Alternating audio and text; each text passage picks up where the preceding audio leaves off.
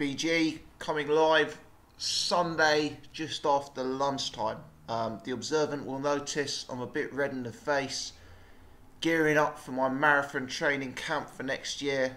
Just been out for a morning run and the fitness isn't quite what it used to be, so you'll have to forgive my my appearance. This morning before I went out jogging, was able to watch the Sky card from last night. I watched Conor Benn. Obviously I watched Jarrell Miller Vs Wach. And I watched Jacobs Vs Arias. So we're going to talk about those three fights. The one I found most interesting, you guys know I'm a heavyweight fan, the one I found most interesting was Big Baby versus Wach. So probably going to discuss that first, and then we'll come to Daniel Jacobs and Conor Benn, both of which were worth talking about, but if I'm 100% honest, I've actually got a little bit less to say on than I do for the Miller-Wach fight. Miller's an interesting fighter. He could potentially be a problem in the heavyweight division. I think at this point, it's still a little bit hard to know. You know, you watch Miller immediately, and your immediate impression, if I'm honest, is that he's unimpressive. I actually had Mrs. Gossip round this morning, and she's never watched boxing before. Her first night of boxing, you can tell it's a new relationship. First night of boxing was the Joshua Takam fight last week, so she's gone straight into the deep end, so to speak, on the boxing front. But she actually asked me, and it's funny when you have someone who hasn't watched boxing before. She actually asked me if the fight was in slow motion because the guys were being so slow, and you know, she wasn't joking at all. That was a legit question. So you look at these two guys, they're two very big, very heavy set guys. Jarrell Miller over 20 stone, Wach 19 stone and a bit. And that they were very slow, you know, very, very unathletic. You know, and you do kind of immediately think that these are not competitors at the level of an Anthony Joshua or at the level of a Deontay Wilder. Miller's defensively irresponsible. He's a bit reckless defensively. You know, often his hands are down by his waist. You kind of get the impression he's quite easy to catch clean with a jab or a straight 1-2. Somewhat reckless offensively. Sometimes his punches are a bit inaccurate, a bit wide. But really what his game is just to relentlessly grind down opponents. He did it to Gerald Washington, who was probably a superior technician to him. And he's done it here against Wach and stopped Wach quicker than Vladimir Klitschko and stopped Wach quicker than Alexander Povetkin. Paulie Malignaggi actually talked about in commentary how Jarrell Miller could almost break down an opponent psychologically. You know, you feel you're landing shots against him. You feel you're establishing a jab against him, but he's still there. You hit him clean. Does he take a step back? No. He's right in front of you. He's never, ever, ever buds backwards. He's on your chest. He's coming forward. You never have space. You never have distance. You never have range. You never have time. And, you know, when you've got an opponent who's 20 stone plus, constantly walking you down, that must be immensely sapping in stamina. And a lot of these heavyweights are heavyweights who make their living off being adept from the outside. These are not guys with advanced inside games offensively or defensively. And, you know, Jarrell Miller can really take that distance away from you. So I think whilst initially you can look at him and say this guy wouldn't live with a Wilder, this guy wouldn't live with a Joshua, he's slow, he's plodding, he's defensively open, you've kind of got to remember that his game is not going to be standing outside the pocket trading long 1-2s with Joshua.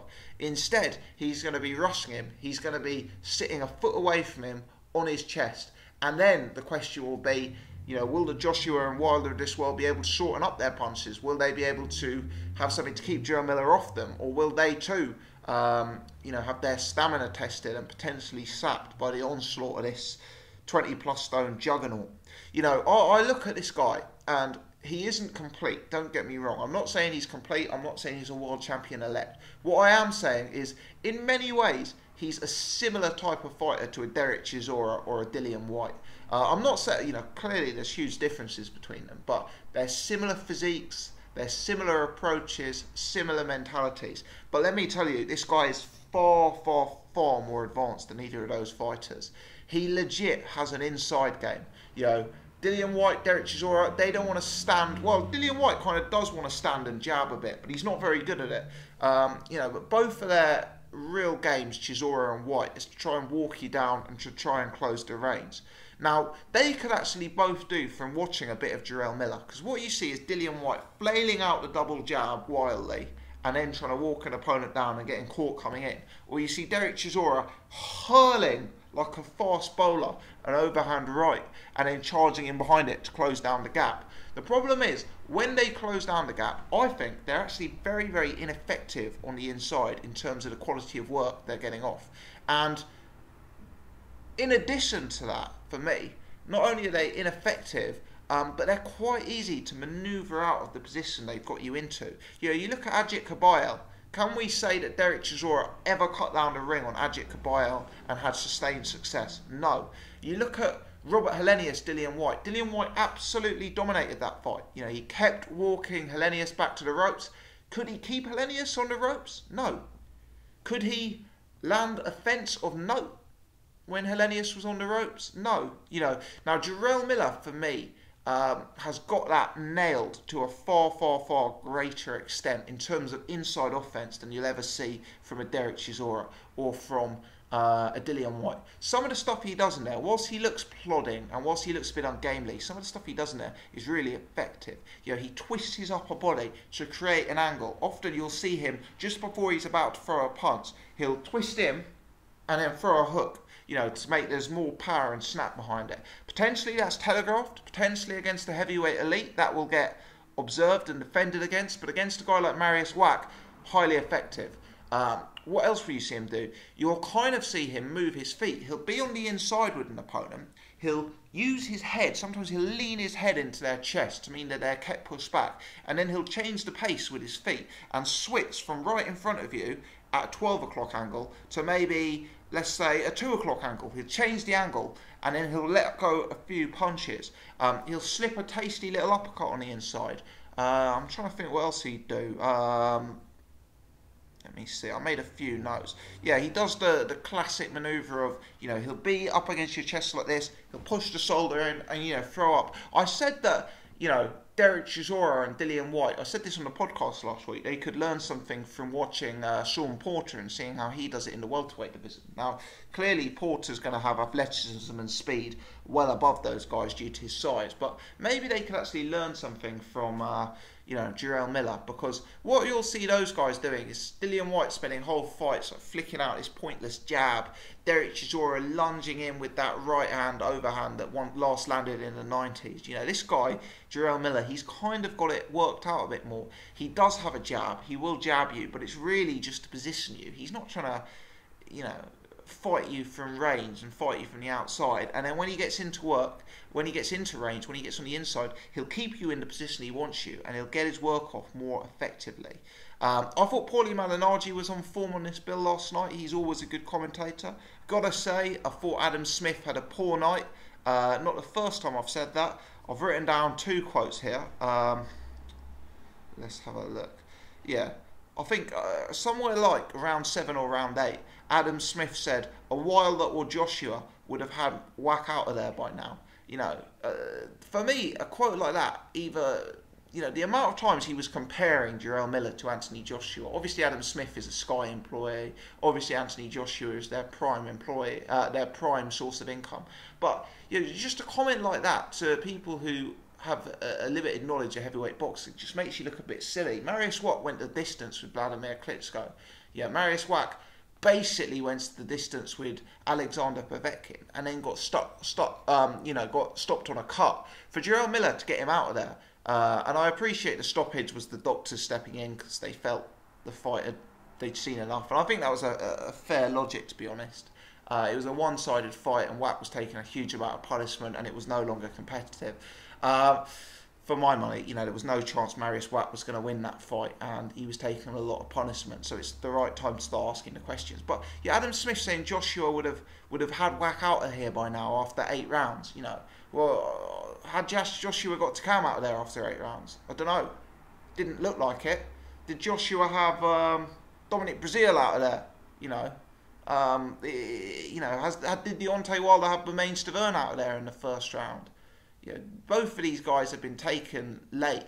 And both of these guys have been taken late by potentially less durable fighters than Marius Wach. So I thought that was a poor comment.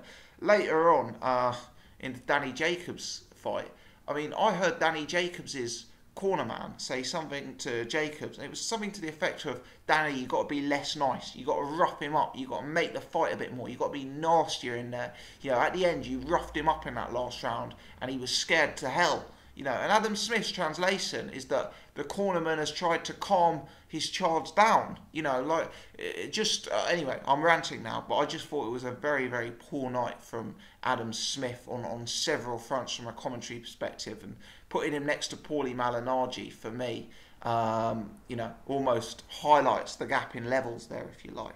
But anyway, Jarrell Miller, I was very impressed with the bare form. I think the fact that he went out and stopped Marius Wach is something he deserves a real amount of credit for. You know, Marius Wach, he's older, he's coming to the end of his career, but he is an extremely, extremely, extremely durable fighter. He's not someone who's going to be blown out of there. I thought Jarrell Miller handled an opponent with consummate ease. We know Jarrell Miller's not complete. We know he's got certain gaps in his game, which of course did show up again in this fight. But realistically, a good performance. And yeah, whilst he goes into those fights against the likes of AJ and Wilder as an underdog, he stylistically poses a real difficult question for them. Because if either of those guys cannot keep Jarrell Miller off them, I don't know how they will hold up. I don't know how Deontay Wilder will hold up with that slender physique he has, taking Jarrell Miller's bodywork and having a 20-plus stone man sitting on him and leaning on him for 12 rounds. I don't know. I don't know how Joshua's stamina, which seems to be a big weakness, will hold up when someone like Jarrell Miller you know, attacks him like that. Look, Jarrell Miller isn't as athletic. He probably doesn't hit as hard. He probably doesn't have the speed. He probably doesn't even have the technique. But as the saying goes, styles make fights. And Jarrell Miller is a stylistic problem for me. I make him an underdog in those fights, but an underdog with a chance, a real chance of doing something in those fights, actually.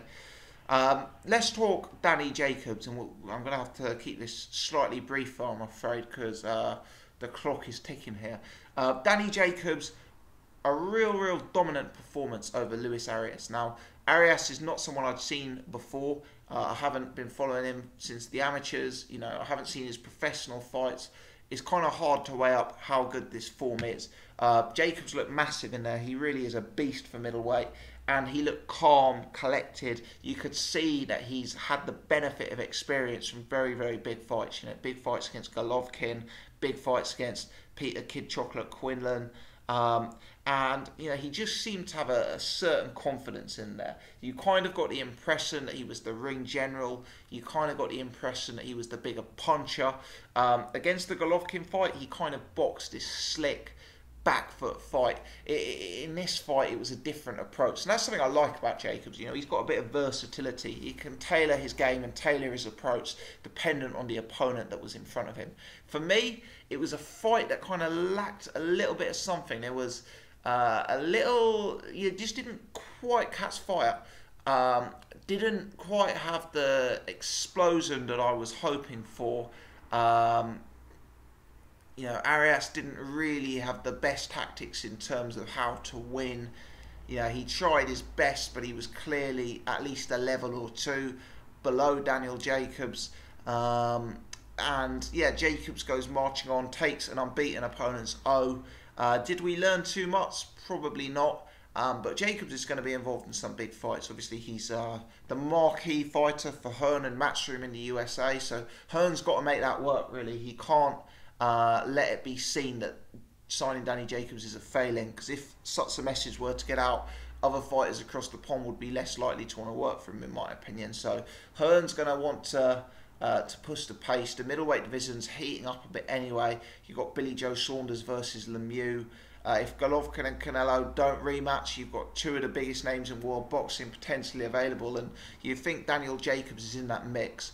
I did see an article on Sky Sports someone sent to me saying that Martin Murray was volunteering his services to be an opponent for Daniel Jacobs, and I hope to God we get a more interesting fight than that. You know, Martin Murray, I'm sure he's a lovely bloke, but You know, he could put a glass eye to sleep sometimes.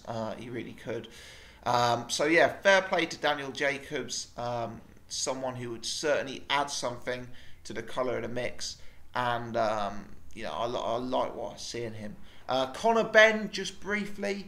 Look, Conor Benn's not fought at a high level, but you can see he's improving. He was very, very raw, very green when he turned pro, quite sloppy, quite overexcited, quite over eager.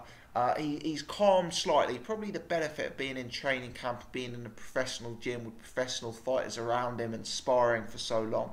I actually think, I know people don't like the way Conor Benn's been brought along because they want to see him in proper fights. I actually think Hearn's done a relatively good job on him, and that may get me stick for being an Eddie Hearn nut hugger, but so be it. Yeah, you look at Conor Benn 3 or 4 fights in, he was clearly going to start losing and probably going to start getting knocked out if he was thrown into British title fights and thrown into that sort of level of opposition relatively early on in his career. I don't know how old Conor Benn is, but he's a real youngster. I think he's like 19, 20, 21, 22, that sort of bracket. There is no need to rush him whatsoever. And frankly, you can see a bit more maturity in his game. You know, thinking a bit more in there, picking his punches a bit more in there. He stopped his opponent with a nice shot to the body early on in there. You know, he's just maturing. He's still got, you know, a long, long way to go. And frankly, I don't think a 2018 that saw Conor Benn fighting 10 times and saw him staying at that 6-round kind of level would actually be a bad thing. You know, he really does not need to be rushed. Now, it may be that we could say we don't want to be paying our Sky TV bills to see him squash a load of tomato cans, and I think that's a, you know, a very, very valid point. So it may be he needs to be buried on next gen shows. It may be that Eddie Hearn could farm him out to some small hall promoters, which would be mutually beneficial to get him a bit more experience. You know, I agree we don't want to be seeing him on pay-per-view bills smashing up journeyman over 4 rounds. But I do think, you know, the benefit of this experience, the benefit of staying in training camp semi-regularly has done him good, and I think that he's not quite ready just yet. I'd like to see a similar trajectory for him for the next year, if we're to see the best of Conor Benn, because yeah, maybe Conor Benn will be a good fighter. I don't think he's going to be a world champion, especially not a welterweight, but maybe he could be a good fighter, you know, if he's brought along at the right pace. And I think Eddie Hearn knows that. I think that's why we haven't seen him rushed, and you know, it's probably sensible matchmaking from that perspective. Final word.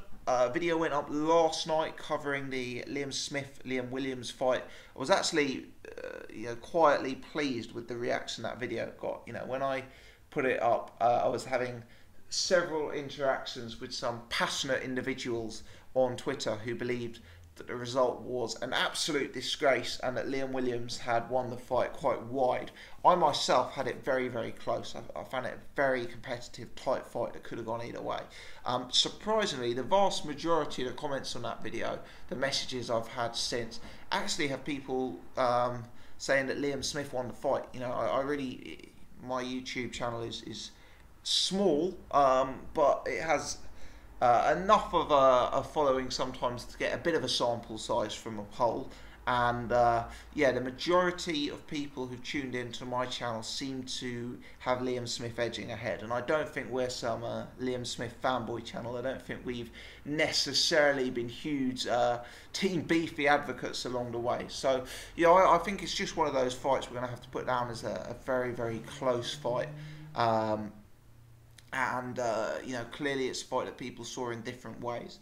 But I also covered Nathan Gorman in that video. I also covered Josh Taylor, who I thought was really, really impressive last night in that video. So if you haven't checked it out, went up on the channel about midnight last night, November the 12th. So yeah, do check that one out as well. Other than that, I'm over and out, guys. If you enjoyed this video, click the thumbs up button. If you haven't done so already, please press subscribe. Hit me up on Twitter at Boxing Gossip. Also leave your comments in this video. Let me know your thoughts on any of the fights that have been discussed, and let's talk boxing. Many thanks as always for tuning in. Do appreciate you choosing to watch my channel.